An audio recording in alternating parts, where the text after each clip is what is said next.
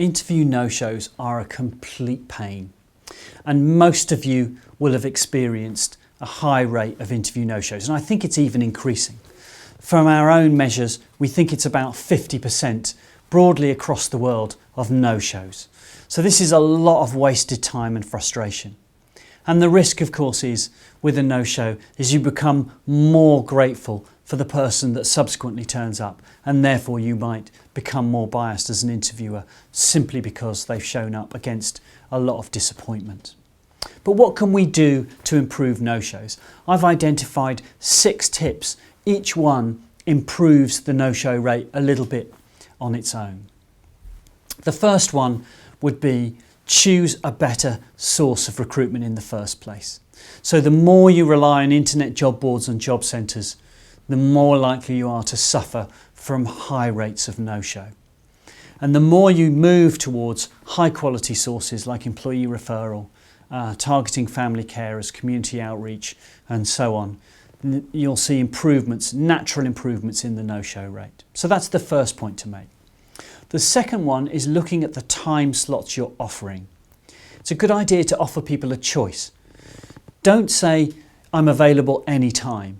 You need to create some scarcity, but offer a combination.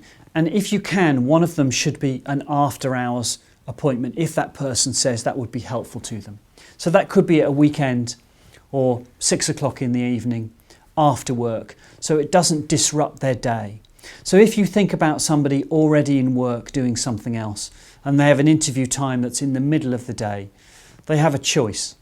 Lie to their current boss about where they are and what they're doing.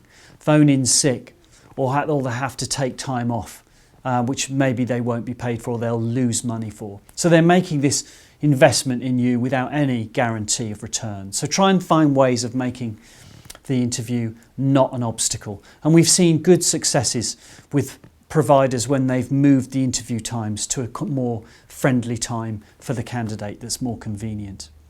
And in fact, we're all expecting these people to work weekends as well. So why can't we spend a bit of time ourselves interviewing them at the time you're expecting them to work? The third point, I think, is that an interviewer should themselves, if they can, phone the person in advance and say, I'm looking forward to meeting you. And is there anything that's going to stop you being able to get here? Are you clear with the directions and so on? So the person that you're going to meet to be interviewed by, personally calling you, makes a connection and means they're more likely to turn up. The fourth point, I think, is around brand awareness. The more people are aware of your company already, the more they think it's known in the local environment, the more likely they are to come along because you're a known entity rather than a company they have no affinity with and have made no connection with. And the fifth point would be look at the location that you're interviewing. This is particularly true for home care providers or providers where the work is in the community, but the interview could be some miles away in an office or a head office. So it may be that is dissuading people who don't want to travel very far simply from going to the interview, which they wouldn't need to go to that location very much at all during the main course of their job. But the interview distance is the off-putting element. So think carefully about whether that could make a difference. And finally, give them a little test. Ask them to do something prior to the interview, a little task. And a psychometric assessment is a classic to put in at this point in the process.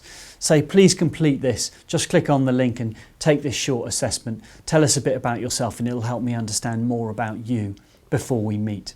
And if they don't do that, then it's a good indication that they're unlikely to turn up at all.